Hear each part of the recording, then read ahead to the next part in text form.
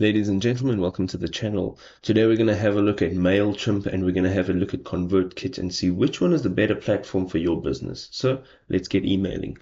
So Mailchimp does offer a bank of features. So you can create campaigns, automation, workflows.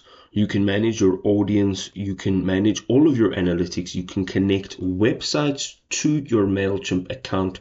You can manage all of your content over here.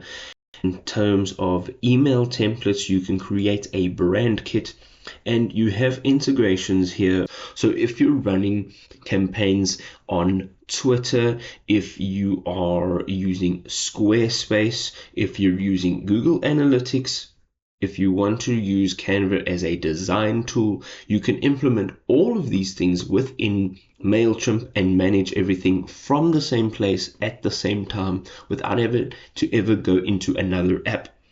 Now, they do offer great automations as well. I love some of their pre-built automations.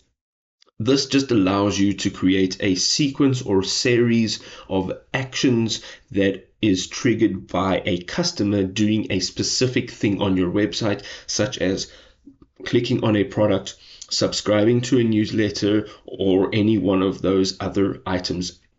It's very easy. It's a drag and drop. You can customize the entire workflow. So if you're unfamiliar with it, it builds it for you and you can just change the detailed elements.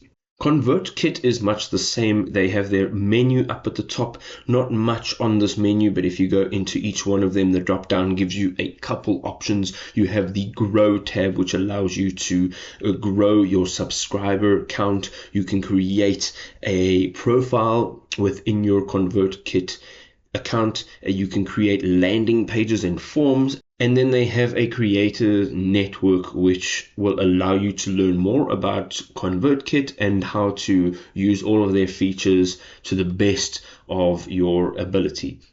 Underneath Send, you can broadcast emails, you can create email templates, you can create snippets, which basically takes your emails and reuses some of the content within those emails.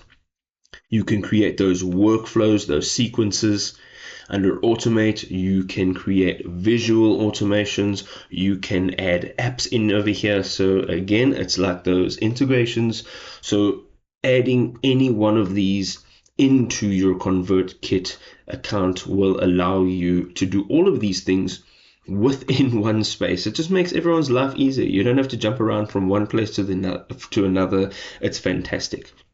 Some of the other things that they do offer here is this whole academy, so you can really learn more about what ConvertKit is, what it has to offer, and you can use the tools effectively.